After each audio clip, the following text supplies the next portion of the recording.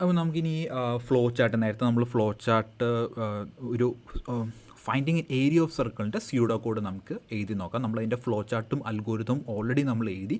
ഇനി അതിൻ്റെ സ്യൂഡോ കോഡും കൂടെ എങ്ങനെയാണ് എഴുതുന്നതെന്ന് നോക്കാം. ഓക്കെ, ഫസ്റ്റ് നമ്മൾ സ്റ്റാർട്ട് വെച്ചിട്ടാണ്, കമാൻഡ് വെച്ചാണ് സ്റ്റാർട്ട് ചെയ്യുന്നത്.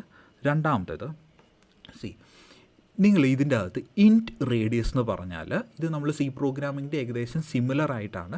ഈ റേഡിയസ് എന്ന് പറയുന്ന ഒരു വേരിയബിൾ, ഓക്കെ, നമ്മുടെ ഈ റേഡിയസ് സ്റ്റോർ ചെയ്യാൻ വേണ്ടി ഒരു വേരിയബിളിനെ ഡിക്ലെയർ ചെയ്യുവാണ് സ്യൂഡോ കോഡ് വഴി ചെയ്യുന്നത്. അടുത്തത് നമ്മൾ പ്രിൻറ്റ് ചെയ്യുന്നു എൻ്റർ ദ റേഡിയസ്. ഓക്കെ, ഈ റേഡിയസ് എന്ന് പറഞ്ഞ ഒരു ലൊക്കേഷനിലേക്ക് നമ്മൾ റേഡിയസ്, യൂസർ തരുന്ന റേഡിയസ് നമ്മൾ റീഡ് ചെയ്യണം. സ്കാൻ റേഡിയസ് എന്ന് പറയുമ്പോൾ യൂസർ ഒരു വാല്യൂ എൻ്റർ ചെയ്തിട്ടുണ്ട്, അത് നമ്മൾ റീഡ് ചെയ്യുകയാണ്. അതാണ് റീഡ് ചെയ്യുന്നതിനാണ് നമ്മൾ സ്കാൻ യൂസ് ചെയ്യുന്നത്. അതായത് ഒരു പ്രോഗ്രാമിംഗ് ലാംഗ്വേജിലൊക്കെ നമ്മൾ സി പ്രോഗ്രാമിങ്ങിലും സ്കാനാണ് യൂസ് ചെയ്യുന്നത്.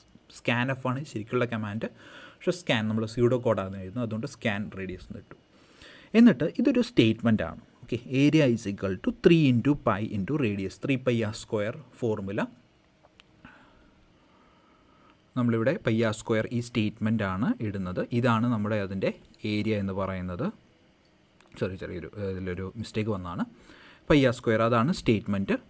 അടുത്തത് നമ്മൾ ഏരിയ പ്രിൻറ്റ് ചെയ്യുന്നു. അതിന് പ്രിൻറ്റ് ഏരിയ എന്നുള്ള കമാൻഡാണ് യൂസ് ചെയ്യുന്നത്. ലാസ്റ്റ് സ്റ്റെപ്പ് എന്ന് പറയുന്നത് സ്റ്റോപ്പ്. അപ്പോൾ ഇങ്ങനെയാണ് ഒരു സ്യൂഡോ കോഡ് എന്ന് പറയുന്നത്. ഈ ഒരു പ്രോഗ്രാം എന്ന് പറയുന്നത് it is very much similar to the actual പ്രോഗ്രാമുമായിട്ട് വളരെ സിമിലർ ആയിട്ടുള്ളൊരു കോഡാണ് ഈ സ്യൂഡോ കോഡ് എന്ന് പറയുന്നത്.